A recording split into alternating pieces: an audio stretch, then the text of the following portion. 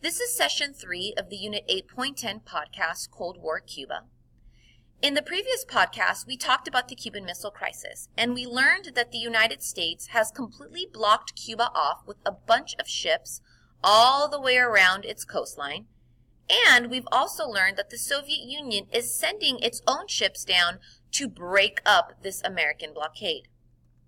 Now, this Cuban Missile Crisis was extremely scary for the world because during the Cold War, in Germany, in Vietnam, Korea, China, space race, arms race, during all of those Cold War events, the United States and the USSR have not physically fought each other. American soldiers and Soviet soldiers have not physically come face to face in combat. Thus far, the Cold War has pretty much just been a bunch of competition and a bunch of smack talking and a bunch of strategic kind of like chess playing movements. But in Cuba, during the Cuban Missile Crisis, that changes. And this competition gets pretty heated to the point where it looks like American and Soviet soldiers might actually come into face-to-face combat. That is extremely scary for the entire world because if we remember, both of these countries have very advanced weapon technology because they've been advancing that in the space race. Let's go ahead and deep dive into the Cuban Missile Crisis. In just a moment, you'll go ahead and pause the podcast and jump into video link 3, which deals with the Cuban Missile Crisis. While you're watching this clip, please be sure to actively take down 3 key takeaways on the side margin of your notes. The link for this video can be found in the podcast descriptions section. Go ahead and pause the podcast now in order to start your video.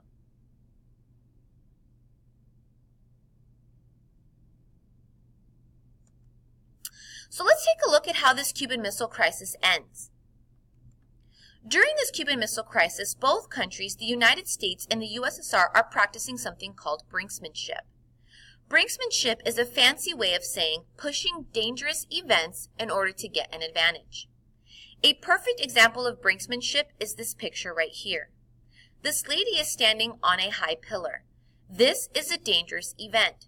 She is going to push the limits. She is going to test the boundaries by reaching her foot over the pillar. This is extremely dangerous because she's kind of playing with chance. There's a chance that she might fall off by losing her balance, or there's a chance that she might not fall off and might be able to take this really cool picture. Taking this really cool picture gives her an advantage because she's able to take the picture and then post it on social media, where other people might either give her lots of likes, comment, or other people might ask her how she did this.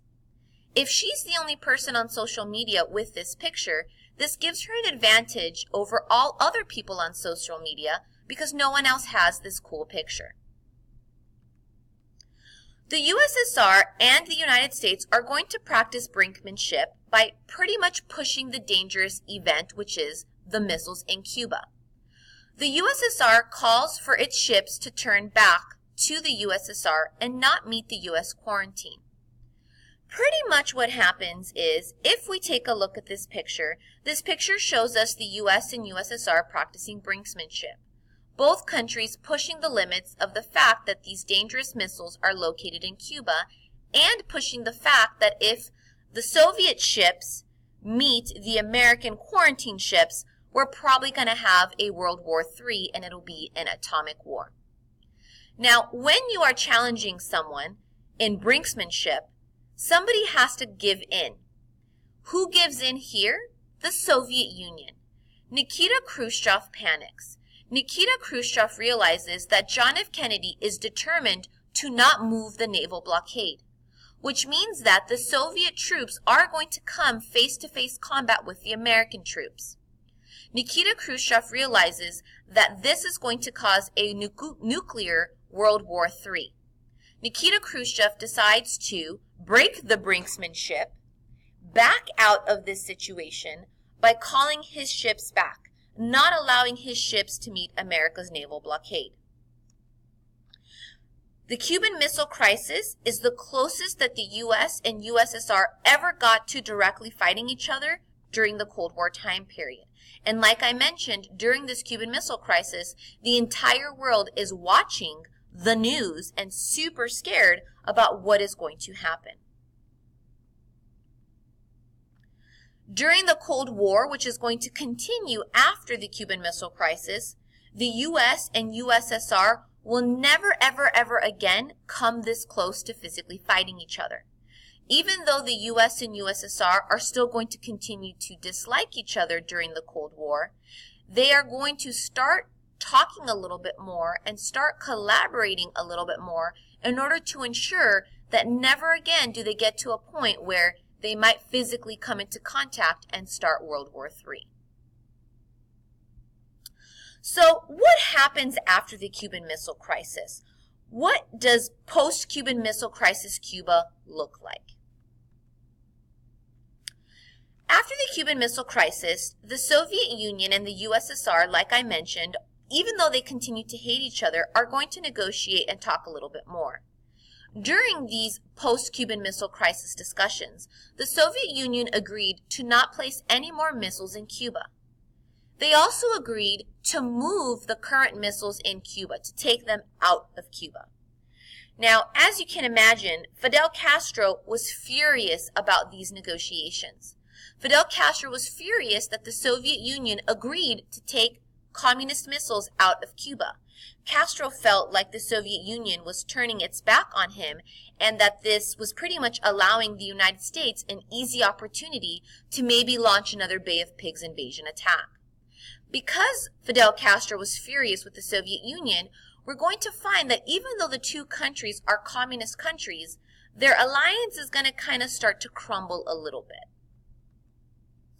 Now, in return for the Soviet Union cooperating, removing missiles, and promising not to put any more missiles in Cuba, the United States also agreed to cooperate.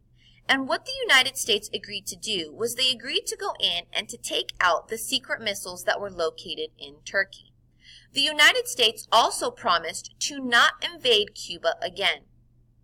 Now, if you remember, nobody knew about the American missiles in Turkey except for America and the Soviet Union. Since the world did not know about the missiles in Turkey, many people believed that the USSR had pretty much lost the Cuban Missile Crisis.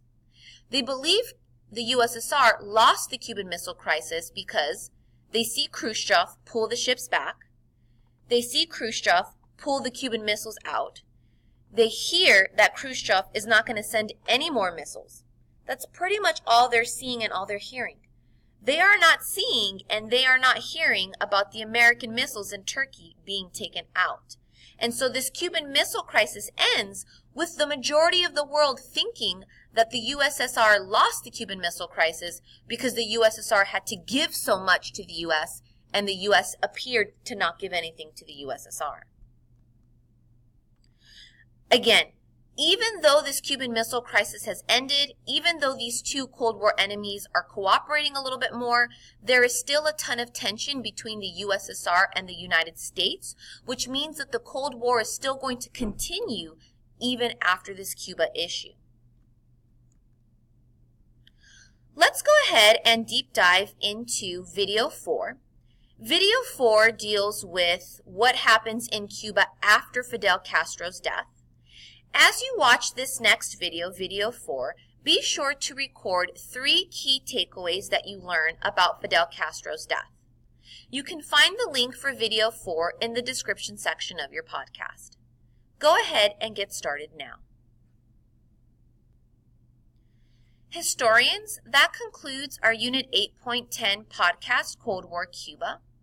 Now that you're done with the podcast, please go ahead and look over the World History Exit Ticket questions and requirements in order to complete the exit ticket for this lesson. Once you're done with the exit ticket, please raise your hand.